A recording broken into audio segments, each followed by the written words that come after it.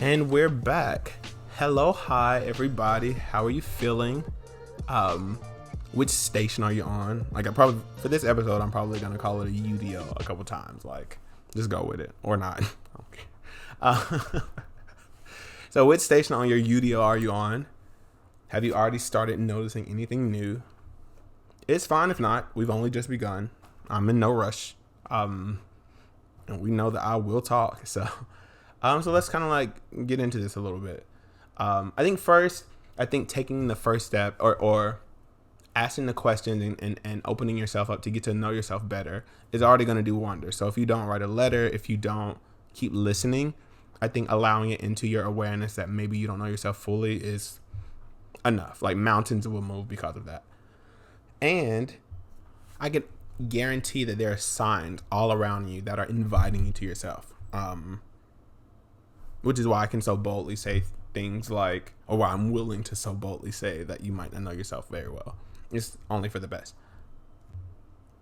So I've already started asking some of these questions, but before we start an episode, like, yes, I have a lot to say.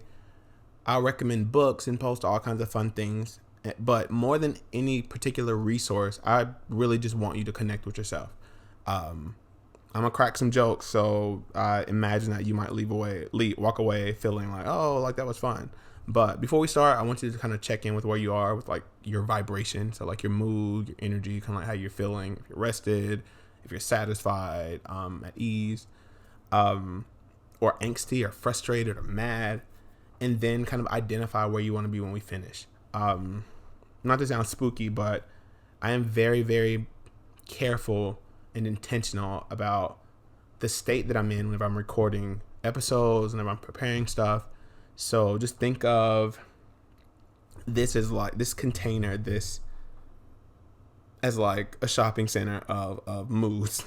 Because I'm gonna take you through a range. And so like identifying where you want to be when we finish is probably that, plus being clear where you are is just a good practice to have. So if you go into a job and you're like, oh, I came in here clear, happy, and satisfied, and now I'm not, you can very quickly distinguish what's stuff that you're feeling and what's not. But that's another episode. That's another whatever. Anyway, but like I said in the first episode, I think it's important to me at least, to expose you all to the human process of creating. So to everything I just said about making sure that I'm in a clear and loving and a gentle state.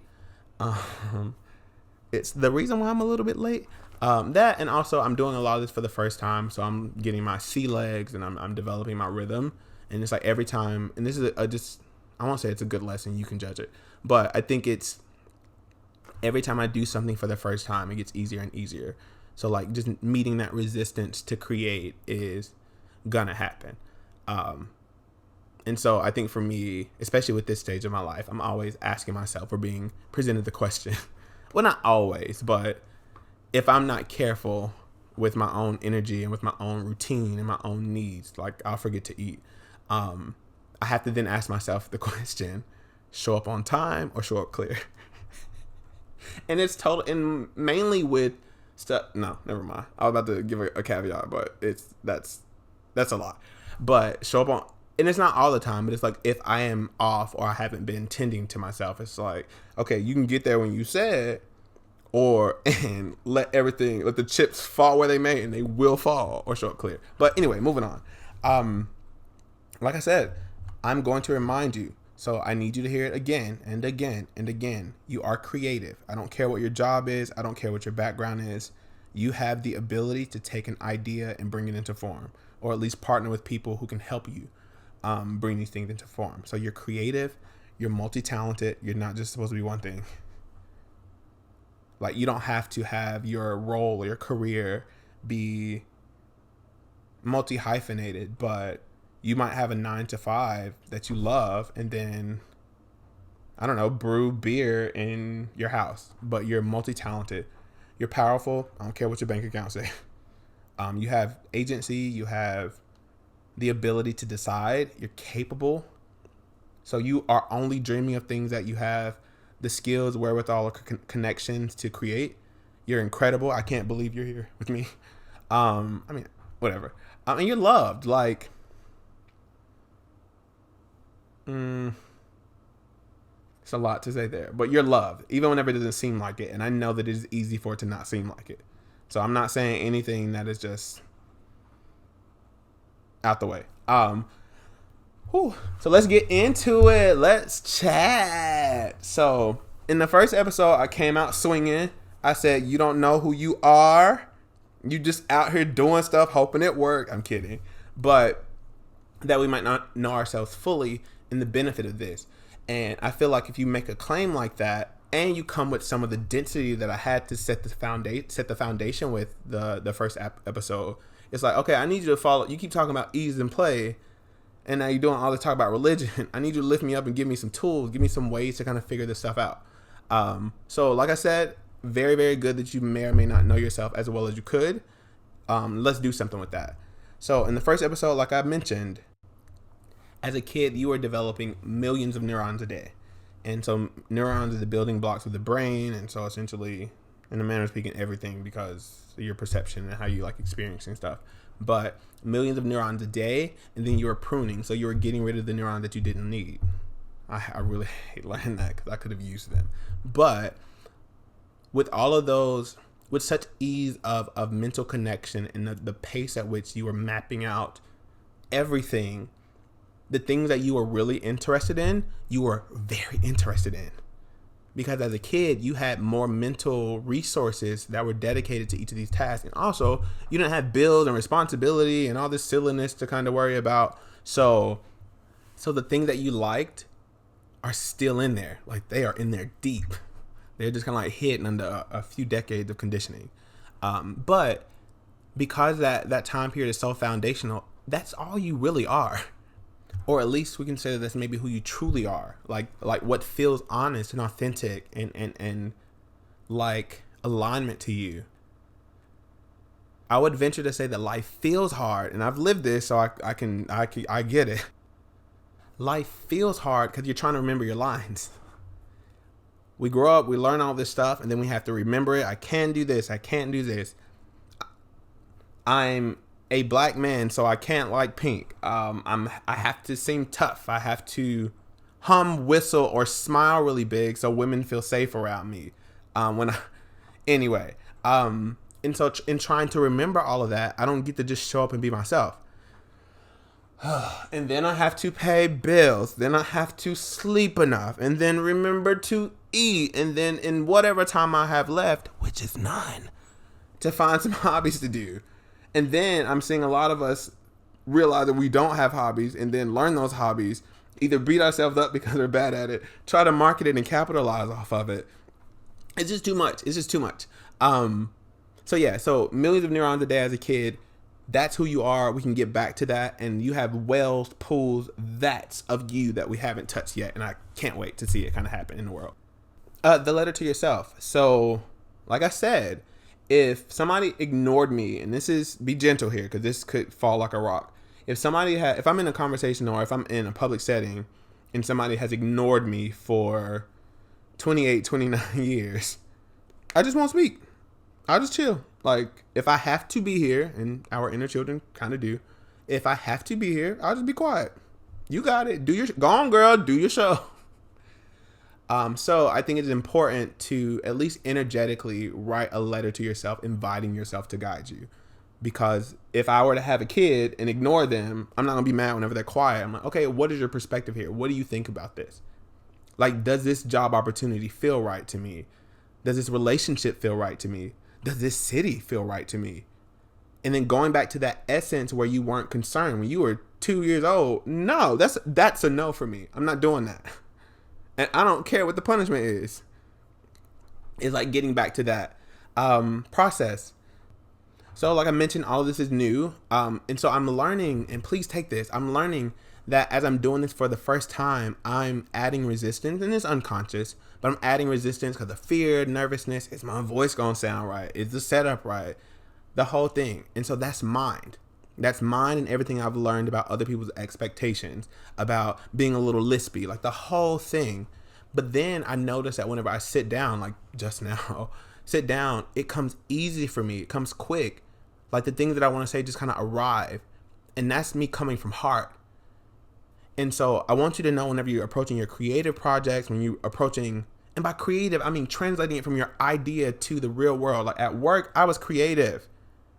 It might look like building an Excel sheet with macros that zip all over everywhere. That's creation. I think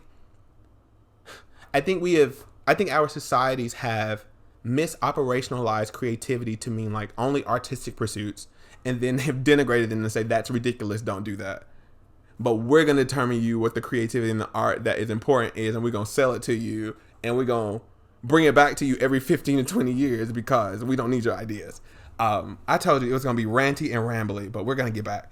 But when you're approaching your creative processes, projects of any kind, run into the resistance that is your mind, that is fear, and instead of just beating yourself up for not starting, figure out what that resistance is, what that fear is. Is it something that you're bringing, or is it outside expectations that are kind of coming in? And then once your mind gets out of the way, or once you finally start the work, just flow from heart. And I don't want that to seem like really soft, even though that's the only thing I got for y'all. Come from heart. Like if you are doing tasks that feel like they drain you all the time, maybe that's not you coming from heart and you're being forced to live in mind. And I don't want that. Like I don't want that. So go easy. Give yourself time. There is no rush. Your life is waiting on you. Like you're the talent. Think of this like a self-paced class. And so if I find out that y'all don't have no notebooks and y'all just showing up to AP healing without, anyway, nah, never mind. I'm kidding. I'm talking to the talented and gifted. No, there's not an episode on that. But think of this as like a self-paced class and go at your own pace. It is my assignment to make what I've learned available, and it is your assignment to do whatever you will with it. There's no whatever. That's hopefully that point has been made clear. Let's dive in. So, the hook that may have gotten y'all here for better or worse was that you might not know yourself. So to follow up with that, to make that more practical, the transition from not knowing to knowing and observing and discovering, my first ask is that you would use your entire life as a dashboard. So I get the image that, and I think this has kind of come from like the last couple years and like just noticing things and noticing patterns. I envision, I guess essentially like the Matrix, but we're all like looking at a dashboard that is like our daily lives, us getting up and going to the bathroom, us going to anywhere. But like we're looking at a dashboard that is things like reminding us of who we are. And so when you're seeing 444 on the clock, or you keep seeing a cardinal, or people keep bringing up the same thing. Oh, I was just talking about that the other day. Those are signs that are invitations.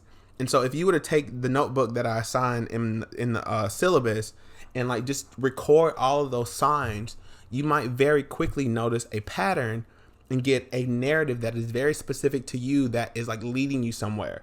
Like my pastor Miriam Hasnea called them breadcrumbs. It's like you follow this, and like I think often because we want these big and these magnificent lives, we don't want a loaf of bread. We want the bread bakery, when it's like if you follow the breadcrumbs, you'll see where all the delivery men came from. But use everything. Let everything in your experience be an invitation to live a more expansive or expensive. I won't yuck your yum. To live a more expansive and expensive life. Each moment is a choice between two paths. And I think often we put a lot of weight on decisions like this job is the only job that I'm ever going to have again, so this needs to be the one.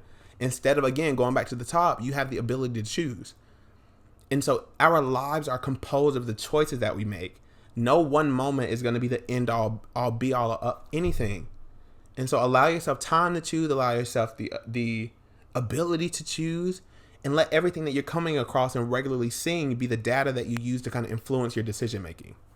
And so each moment is a choice between at least two paths. There's one path that is going to lead you back closer to yourself, and one is going to take you wherever all of these systems are going to take you. And like I said, the last episode, my systems, and also maybe myself, is going to take me to a Mercedes dealership. Like, no shade, I won't hold you. But always choose the thing that leads you back to yourself. And so like, let's get into some tangible examples. So like I said, everything around you, the sign. So even that is still like ambiguous and unhelpful, depending on like whatever. So like, let's get into it. So superlatives. I think superlatives are an easy entry point in something external that is giving us information about ourselves. So superlatives are, if you didn't know the word, because I didn't, if superlatives, like whenever you in school, like the best dressed, the most likely to do something, the silliest person, the most likely to succeed, those are usually like voted on by your peers who are like kind of watching you. In corporate America, after you get to like a certain level, we call it a 360 feedback kind of tool. It's like other people are like observing you and giving you feedback. You'd never guess, or maybe you would. You probably would, because that's how superlatives work. But I think I was in the 5th or 6th grade in the intermediate school. And like I said, I used to try to be invisible. And I think this was also the year that I learned that I had terrible vision. Or at least I couldn't see I couldn't see the real world as clearly as I see the spirit. But I was in class, and for most of the year, I couldn't see the board, so I would just like not do the stuff. But at the end of the year, we got superlatives, and I got most likely to be a teacher and some Sour Patch Kids. When I tell you I was hot, because I was super excited for the superlative. I'm like, okay, I can't wait to hear what they talking about. I said, a teacher? And there's no shade to teachers, because I was always low-key jealous of the students who had teachers, because they were always at the top of the class. Like in the summertime, I was waking up at 2 o'clock in the afternoon, going to bed at 2 o'clock in the morning. And the teachers' kids were doing homework assignments over the summer, learning, and they got into the best school. So we want to thank all of our teachers and parents. Stop going down to that school. And anyway, whatever. But I said, a teacher? I don't like kids like that. And I don't even like talking to y'all. I don't even like talking to y'all. And Sour Patch Kids? I'm a Twizzlers guy myself. I don't know if it's or at least I used to be. Whatever. But I think after having lived life for a while, I began to notice, oh, I do like passionately telling people what I like learning about in ways that they can understand. And okay, these Sour Patch Kids do have like a sweet finish that I can appreciate, and their sourness keeps people at bay. All right, so whatever. We'll try it on and see. But the point there is that something like that, like if people are voting you for something at work, if people are like, oh, you get this tech stuff so easy, it's not that those things need to automatically become your profession or your personality, but they're data. And I think often we take for granted our environment, what we feel, our experience, because we're taught to, but our experience, that we don't see the very clear signs of who we are being most supported to be. And we're always being most supported to be ourselves, not always in our environments, which is why leave them alone, move away, leave them. Anyway, another example. So cartoons. I think I was just on the phone with my cousin, which we'll get back to you. I was just on the phone with my cousin, and we were talking about, he remembers every single cartoon that we ever watched, every movie, every character that I ever liked, the whole nine. It is eerie, but even the people that you like, and like I joked about in the first episode about the Red Power Ranger syndrome, but even the cartoons and cartoon character that you like provide some data about yourself, because we often only see in others what we see or have in ourselves. And so I'll give some examples. Two of my favorite characters of like all time, I guess, essentially, are the Scarlet Witch and Jean Grey / the Dark Phoenix. Man, they did not do great with those stories. But I stand Famke Jensen. I pronounce her name. But I think what resonates with me most about the Scarlet Witch and Jean Grey is that they were both very powerful, essentially Omega level mutants, and whatever the Scarlet Witch is, depending on who kind of owns the rights, that they were afraid of, and that they could later use for good or bad. And because I like a strong female protagonist with like a villain arc, it's like, I could be the bad guy for a little bit. Like, I still have my morals and values intact. I just need to get this off my chest. But I think once I allowed myself to see myself in those characters that I adored and thought were somehow far from me, or because they were fantasy, that they weren't useful to my daily life. Once I actually started to see myself in them, it's like, okay, I could see my own hero's journey and the things that I was scared to do and was most being summoned to kind of undertake. Like Jean Grey, like she's a thinker. She's a thinker, but she also, I don't know if it's low iron. I don't know if she, like me, doesn't eat, but she will give you a finisher and then she'll be finished. And I will give you a 6-mile bike ride and say, oh, wow, I have not eaten a thing in the last 2 days. That's crazy. But I think from that, you can gain a lot of information from just the character that you like. I've also noticed it in my relationships. So I mentioned my sister. We joke all the time that we're like the Wonder Twins. And we're separated by a lot of years, but we have very similar minds, similar approaches to life. And I don't think it's simply because she kind of helped raise me. I think we're designed similarly. The cousin I was on the phone with, for at least 3 years, me and this cousin, hey Joe, me and this cousin would physically fight at every family event. We were like playing, of course, and mostly just wrestling and rolling around on the floor trying to best each other. But I'm talking Thanksgiving, Christmas, the family reunion, the 4th of July. The family knew it.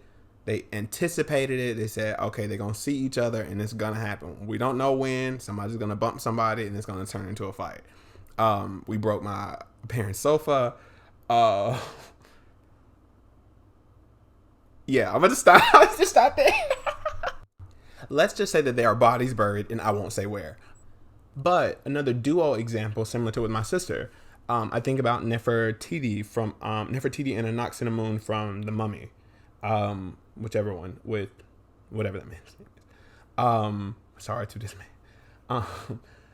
Starfire and Blackfire, Azula and Ty Lee, one that is like lost in her head and stuck between two worlds, and one that is sharp, talented, and prepared for a variety of circumstances. And I think whenever I started to reflect on that, it's just like, oh, there is more. Just looking at that correspondence, there is much more that we're meant to be doing together. It's like all of those shows, those things that he keeps reminding me of are, and I love it, reminding me of are signs, reminders, invitations for us to do our kind of co-mission together. I have to say that we haven't fought in a while because she's scared, but it's fine. Moving on. So another easy way to kind of skirt what we're going to do at the end, what you going to do, I got plans this weekend. What we're going to do at the end is I want you to think about every compliment that you probably don't receive well. Every compliment that you receive that you shrug off or that you want to shrug off. So when we're trying to remember our lines, it's often that someone will give us a compliment that feels, I don't know, let's say improperly placed. And then we're like, oh no, that was nothing. I don't have to, that wasn't that hard at all. Like personal finance. Some people really get personal finance. And some people is like, I don't even look at them accounts. I just hope for the best. But given how connected we all are, if I say to you, you have the ability to provide a very crisp reframe of a situation, it's easy to shrug that off as, oh, that's just the way that I think, instead of that is a thing, a value, a gift that I can offer the world, not initially and immediately for pay. And like, let's use another example.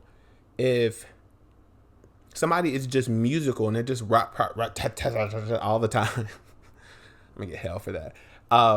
Doing that all the time, it's like, oh, you're musical, and it's just like, oh, I just kind of like be in my head and stuff. It's like, no, you are being in your body, and that's where you need to be more often. So I would go back to all those compliments that you didn't want to receive that felt like, that's not me. Why do people keep saying that? And don't just put it on, but consider it for a second. Put those lenses on and see what the world looks like with those. So with that, let's relearn what we used to love. and I'm going to say it probably every episode, let's relearn what we used to love and gently cultivate ourselves.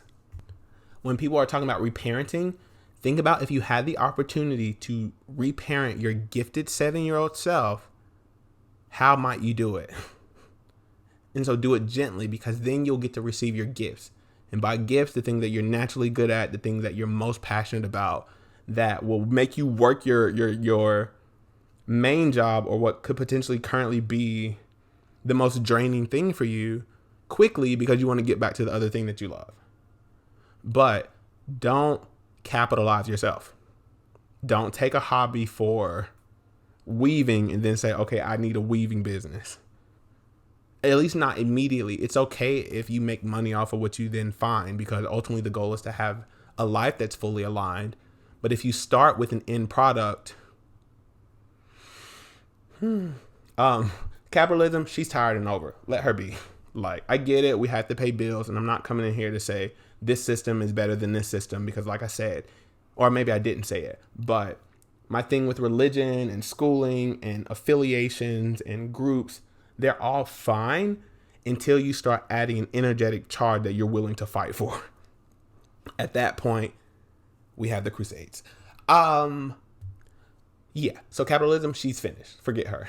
But don't believe the hype. Don't believe the hype. Ignore all the noise. You just being you. And I get it. It sounds like, oh, I'm just not doing anything. We'll get there. You just being you is plenty. It's literally all the world needs. Like, the world is out chasing whatever. I'm going to run that point into the ground. But you being you is more than enough. You don't need all these affiliations. You don't need all those links in those saved tabs. You can close your Chrome with all 90 of those windows, unless you're working on a project. Like, let's not lose sight of what's important. But have fun. Give yourself some new experiences. Learn some new feelings. Like, we already know frustration, anger, bitterness, outrage, sadness, fear, lack, the whole thing. We are very, very familiar. But let's have fun while the world burns. We didn't set it on. We didn't start the fire. We did. I didn't. It was always burning. But write the intentions for your life on a sheet of paper and throw it into the dumpster fire that these leaders have created. We're fine. It might not seem like it. It might not always feel like it, but we're fine. Everything is okay. It's going to be okay. And I will do my best to not use such fatalistic terms, but I'm trying to get us to organize around an idea that's false or that's not the whole picture, and then like say, oh, that don't have to be true for me. Like, whatever. I'm going to let that go. But because we're wrapping up, and we should. So if you haven't got your notebook, pen, recorder, what I'm going to call like your love container, because the look and feel matter less to me than a place where you can see your evolution. But it's important that you have a container for this journey. But this is essentially the end of this episode, kind of, or the knowledge part. And I thought this was going to be more rambly, but so you can pause here. But for the rest of it, I'm going to ask you just a series of questions that I would recommend that you answer for yourself. Maybe on a sheet of paper, maybe you record it to yourself, maybe who knows what your process is. Practice, try a bunch of stuff, see what works. But I'm going to ask a bunch of questions to help you find some clarity or to access your own clarity. And so I invite you to kind of do this kind of quickly. So I don't know how you do that. If you pause and then you pause and ramble, or you try to write like in them like 60-second multiplication tables, things that I was always winning. That's not why we're here. Gifted and talented kids are the worst. They're insufferable. But insufferable, and most of us, whatever. But try to do this quickly so you can bypass your mind, because I promise that the years of conditioning that we've naturally all had to go through to function inside of a society, will make it difficult to just like let these answers be. As adults, it's just really hard, especially with all these responsibilities, to access truths from our purest selves. Hence the reason why I'm saying write an invitation letter. Say, oh, I love you. I'm sorry. I invite you back in. Because we often take as fact what is actually an option in our lives. So fact is like, oh, you have to have a job. You have to work to survive, I guess. And that's a part of it. You, in this current structure, need money to buy food, but you don't have to work in the way that has often been told to us. And like, I don't want to get too far down there because but hopefully we get it. And if not, we have time. But we often take as fact what is an option. So jobs, locations, family stuff. Like, I can't be this because my family. I can't be this because of this relationship. And we limit ourselves based on all of these isms that color or decolor our world, which is why I'm so heavy with the inner child stuff, because I'm trying to take us back to a version of ourselves. Sorry, that didn't give a f. It's like, no, I don't like that. And I might be quiet about the fact that I don't like it, but I'm not going to stop disliking it. So yes, so do this, the thing that I'm recommending, inviting, asking. But more important than that, and the thing that helps us create our lives, is our vibration, our frequency. And said plainly, our feelings, like our alignment with what we want, our alignment with what we want to create in the world. At that point, like the steps just kind of like appear, kind of like Magneto. Everywhere you put your feet, like, you don't have to worry about the next step because you know it's going to be there. So it is important that we tend to your UDO, so you always know what station you're on. And if you frustrated and you mad and you feel like being mad, but just be clear about where you are. And so then once you have that clarity, you can say, okay, I can't create what I want from this. I can't sit down and record this podcast episode if I'm pissed. And I mean, I could, but I know how sharp and cutting that can be, and I don't want that. So that is the mini rant that I thought was going to be less than 15 minutes. And so then let's do I'm going to ask these questions now. So grab a pen, grab some paper, maybe pause here, come back later. I have a book that says for when you're high or something. And so this is just a book about like writing. I might take that with me today. And I'm not cutting that out.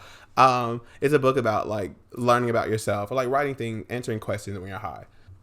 But this is not that episode, so we're going to forget that. But I want you to take a moment, maybe if you're somewhere quiet or somewhere where you can be uninterrupted for however much time that you'll allot for this. But I want you to take some time and kind of reflect on your 7 to 10-year-old self. Maybe grabbing a picture is helpful. If you have a picture of like a birthday party or something that kind of transports you back, if there's a scent or a snack or something that you liked as a kid, it could be helpful in this. But let me not make this too dense. But what was your favorite color as a kid? What was your favorite cartoon? Who was your favorite cartoon character? It can be more than one, of course. What was your favorite movie as a kid? This could still be the same movie, but just one that kind of inspires a childlikeness. What was your favorite toy or type of toy? Why did you like playing with it, that specific toy? What was your favorite class? And this could have been pre-K if you can access all the memories. Did you like structure or to do your own thing? Did you like consistency or inspired action? What was your favorite activity? What was your favorite book? Did you play an instrument? If so, which one? Did you want to play an instrument and didn't? Which one? Did you have a pet? Did you want a pet? What did you regularly get in trouble for? What were you regularly praised for? Which superlatives did you receive? What stories do your family and friends still tell about you? When you were alone as a kid, what were you doing? What did you spend your time on most? If you were your 8-year-old self right now, with the knowledge you have, what would you spend the majority of your time doing? What did you do with your friends or like doing? Or what did you like most about your friends? What could you never get enough of doing? I think for me it was laughing. That's probably apparent. What did you like and not like about your morning routine? Your general daily routine? Your family routine? What did you like or dislike about your environment? And this could be home, this could be school, this could be your neighborhood. What made you cry? What made you laugh uncontrollably? How are you known to behave? There's a lot of data there. Which playground structure were you most fond of? What felt natural to you that your family system either felt uncomfortable with or tried to raise out of you? Why didn't you like the people that you didn't like as a kid? I think this is a thing called contrast that we'll get into later, from Aunt Esther Hicks. But answer these questions for yourself, and they'll more or less bring up things that are true or false, and it doesn't matter the veracity of them, but take them as data. And going back to the analogy of it being a dashboard, if you can see, oh, y'all love this. If you can see all your KPIs kind of displayed, you can kind of get a clear picture of where you are and what your performance is.